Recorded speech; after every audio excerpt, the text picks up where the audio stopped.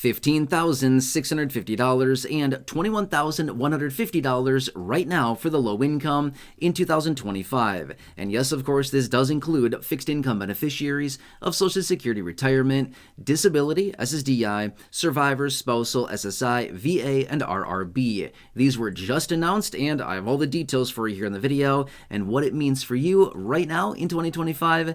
Let's get into the details. All right, now these numbers were just released and they have also increased over last year, which is honestly pretty nice as well. But I do want to explain exactly what these numbers are, how they pertain to millions upon millions upon millions of people, roughly 40 million people in this country, realistically probably even more than that now, and what it means for you going forward through the entire year of 2025 and why these numbers are so incredibly important. Okay, now this was again just announced, so let's talk through the details of these because these numbers have increased, and again I will give you those dollar amounts as well. So let's break this down one at a time. Let's first off talk about $15,650. What is this?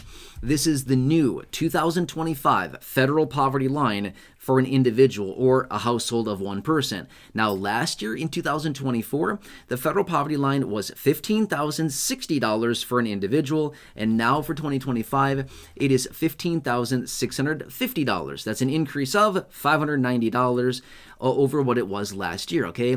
Now, why is that a big deal? Well, that's a really good question. Actually, I'm going to come back to that here in just a minute. Let's quickly talk about $21,150 first, and then I'll share with you why these numbers are so important and what it means for you going forward. Okay, so now for a household of two, right now in 2025, a household of two, a federal poverty line number is $21,150. And last year, 2024, it was $20,440. So that's an increase of, trying to run the math really quickly, $710, I think, is the difference there. Yeah, $710. Sorry, I had to add it really quickly, okay? So yes, it's a difference of $710 over what it was last year. So it increased for a household of two individuals, okay? Now, for a household of three, it's a little over $26,000. But let's talk now about why these numbers are so significant, because you might be thinking, okay, does that mean I'm going to get that much money this year? What does it mean for me, right? Here's what it means. These numbers are a line in the sand. These numbers are used basically to determine your eligibility for a lot of programs that are out there, okay?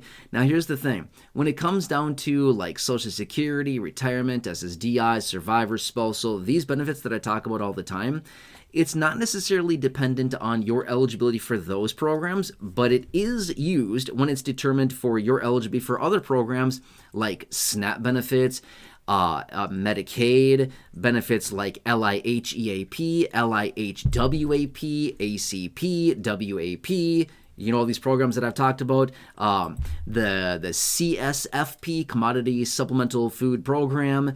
Again, the list goes on and on. TANF, Temporary Assistance for Needy Families. Again, the list goes on and on about all these different programs that are out there, but it's all pegged off of the federal poverty line. That's why this number is so incredibly important.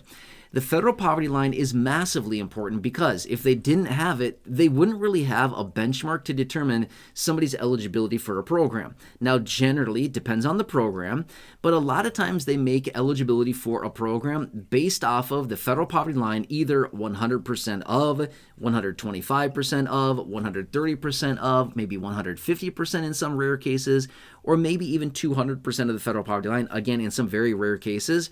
They'll say your eligibility for XYZ program is 130% of the federal poverty line, right? So then they use the federal poverty line. When this number adjusts higher, basically what it does, it allows people that were eligible the previous year to potentially still be eligible unless their income has gone up substantially, then they probably wouldn't be eligible anymore or be less eligible for it. But basically, it's just this benchmark that is in place to determine someone's eligibility for all these different assistance type programs that are highly focused on low income. It's a good thing. Now, here's another thing as well. Okay, so as you heard me say, right? So the federal poverty line for 2025 for an individual has gone up by, what did I say, $590. Yeah, $590 from last year to this year. Okay, cool. That's really good. $590 for an individual and $710 for a household of two. Okay, now what's the point behind that? Think of it this way. As a fixed income beneficiary, again, fill in the blank with whatever type of benefit, it does not matter. But we got a 2.5% COLA for 2025, right?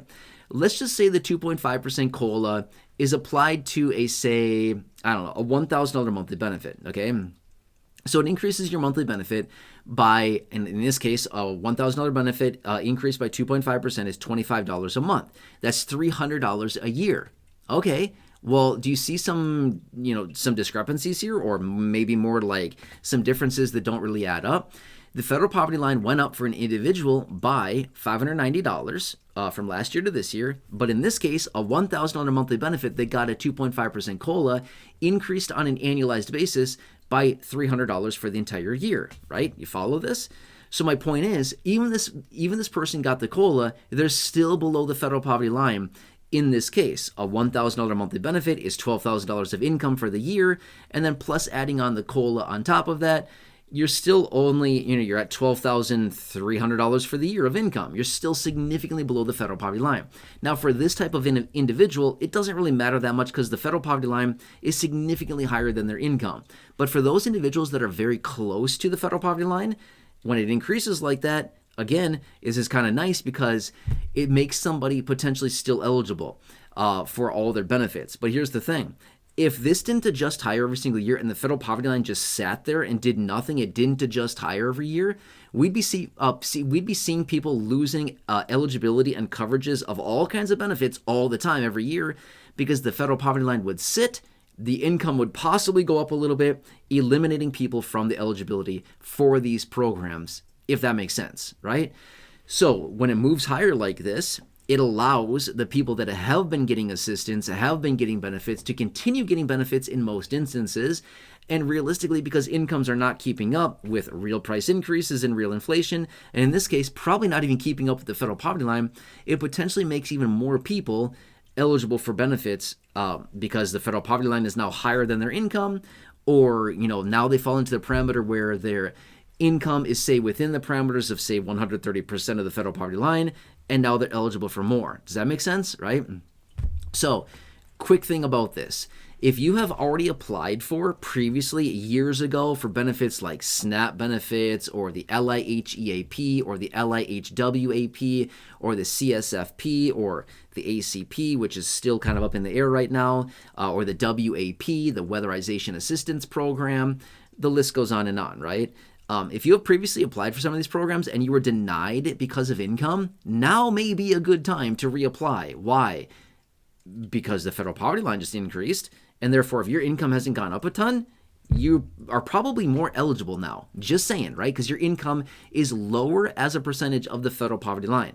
Does that make sense? Right? They have all these different metrics that they look at for this, but it's all coming down to your income as a percent of the federal poverty line. That's all that matters, right? If your income is below, you're good. If your income is at or below the federal poverty line, the floodgates are open for you and all these benefits. It is nuts how many programs are out there. If you're at or below the federal poverty line, it's like they're everywhere. There's programs everywhere for you.